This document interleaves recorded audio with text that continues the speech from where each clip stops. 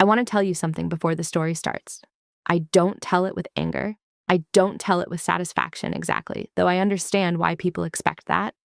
I tell it the way you'd describe a chess game you won 3 years ago. Precise, detached, grateful that you kept your notes. His name was Daniel Hurst, and this is how I dismantled him. My name is Mara Voss. I'm 5'7", mixed race. My mother is Korean. My father is German American. And I have the kind of face that people consistently underestimate. I look younger than I am.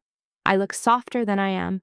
In my industry, I learned early to treat both of those things as advantages. I was 24 when I joined Callaway Group, a mid-sized marketing consultancy headquartered in downtown Chicago. The offices occupied the 14th and 15th floors of a building on Wacker Drive, floor-to-ceiling glass, a view of the river, the kind of space designed to make clients feel like their money was being spent somewhere serious. Daniel Hurst was a senior vice president, 41 years old, tall, broad-shouldered, with gray, threading through dark hair that he wore just slightly too long for the corporate environment. A deliberate signal, I came to understand, that he was creative, unconventional, not like the others. He had a way of focusing on you when you spoke, full attention, like you were the only person in the building. I watched it work on everyone around him before I understood what it was. It wasn't presence, it was technique. He found me in my 3rd week. I had stayed late. It was a Tuesday, nearly 10 o'clock, the floor mostly empty. Filling a gap in the quarterly deck that no one had asked me to fill. I heard the elevator, heard footsteps, and then Daniel was standing behind me, hands in his pockets, reading my screen in silence. I didn't turn around immediately. I finished the sentence I was writing. When I did turn, he was looking at me with an expression I would come to know well. Appraising, like he was calculating something. "You think like someone who's going somewhere," he said. I told him thank you. He nodded once, slowly, and left. I remember the specific quality of the silence after he walked away. The hum of the HVAC, the orange glow of the Chicago skyline through the glass. I went back to work. Within 6 months, I was on his core team.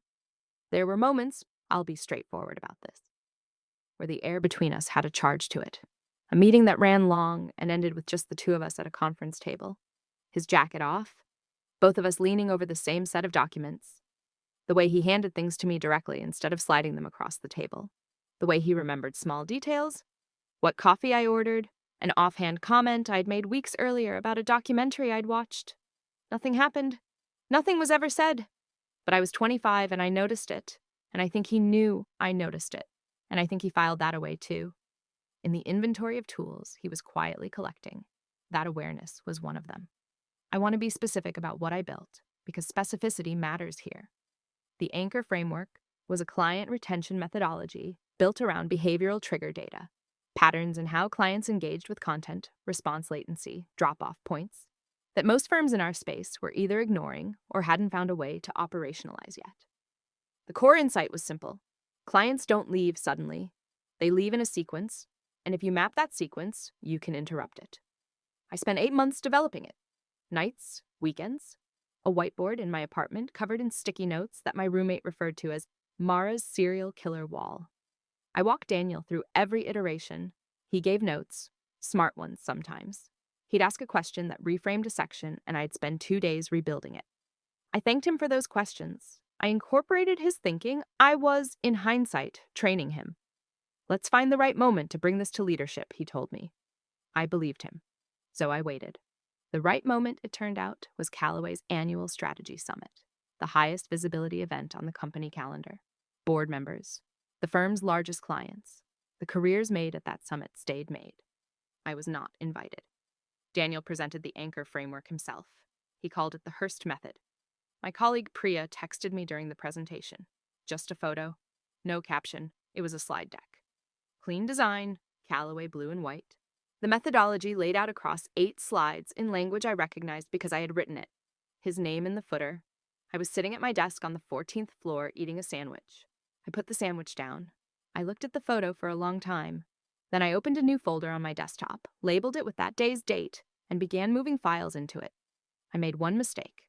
I confronted him. I know exactly why I did it. I was 30% anger, 70% still hoping there was an explanation.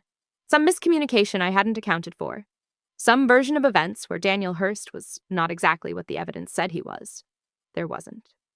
I requested a meeting. He gave me 30 minutes on a Thursday afternoon, his corner office, door closed. The office had a wall of bookshelves he'd clearly curated for visual effect, and a single large print of a Cy Twombly painting. All frantic white lines on a dark background. I remember thinking it was an odd choice for someone so controlled. I told him, without raising my voice, that the framework was mine and that I wanted proper credit assigned before it was published externally. He looked at me for a moment before he spoke, the full attention look, except this time I could see it for what it was. "I've been protecting you, Mara," he said.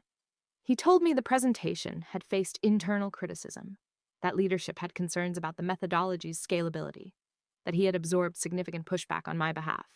He told me I was being emotional. He told me my version of the collaboration was, and I'm quoting, "a little concerning." His voice was warm the entire time. That was the part that stayed with me.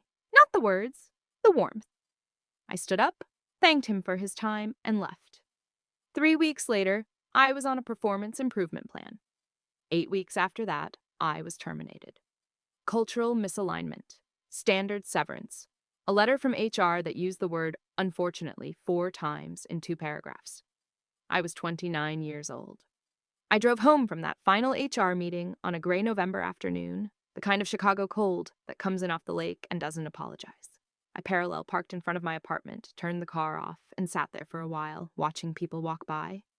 I wasn't crying. I want to be clear about that. I was thinking. Specifically, I was thinking about the folder on my backup drive, the one I'd started building the day Priya sent me that photograph, the one with 22 months of time-stamped drafts, version histories, and a chain of emails in which Daniel Hurst asked me, in writing, to explain my own framework back to him. I went inside. I made coffee. I organized my files.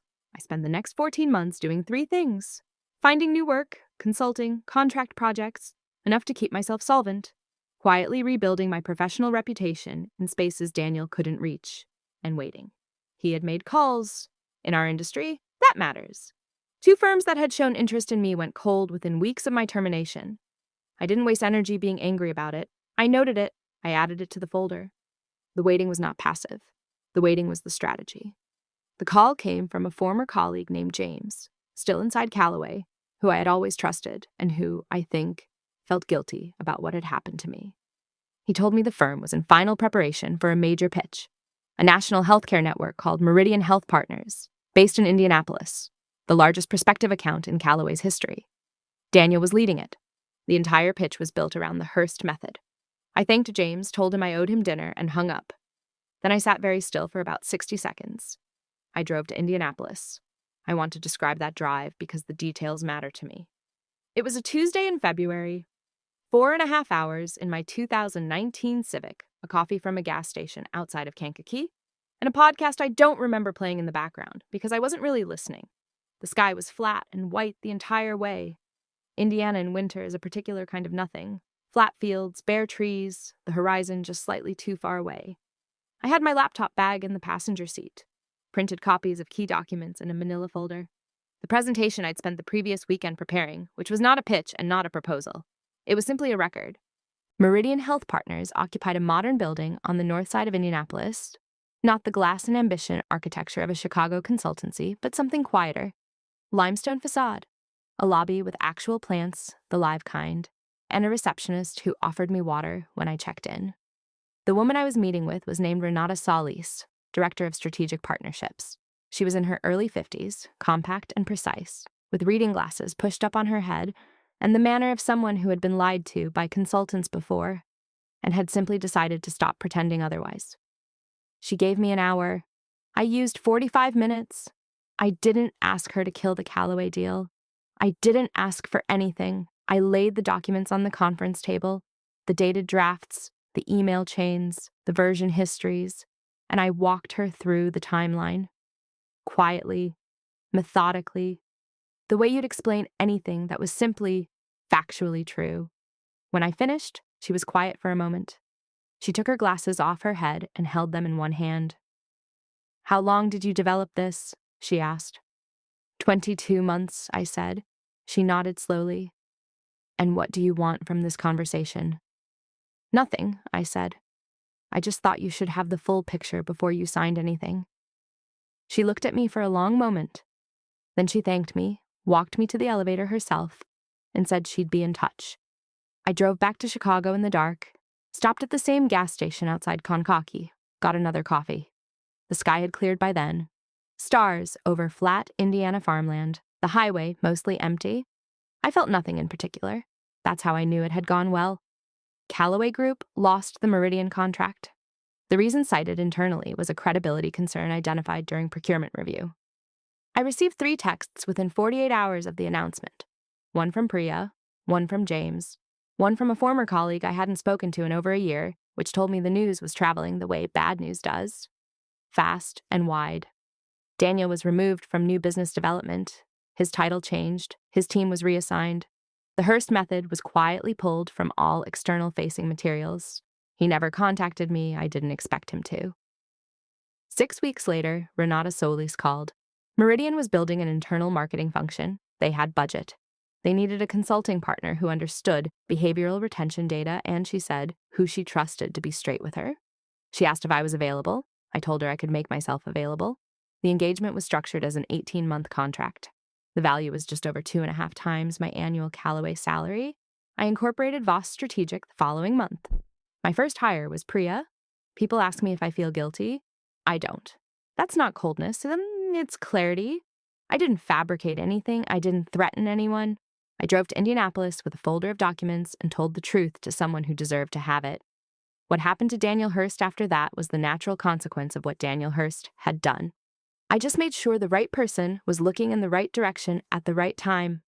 The Anchor framework is now licensed to 3 firms and forms the foundation of Meridian's internal retention strategy. My name is on it. Daniel is still at Callaway. He was passed over for managing director last spring. I read the internal announcement. Someone forwarded it to me unprompted. I filed it. Old habit. Thanks for listening. If this story stayed with you, leave a comment. I read every one. Subscribe for a new story every week. See you next time.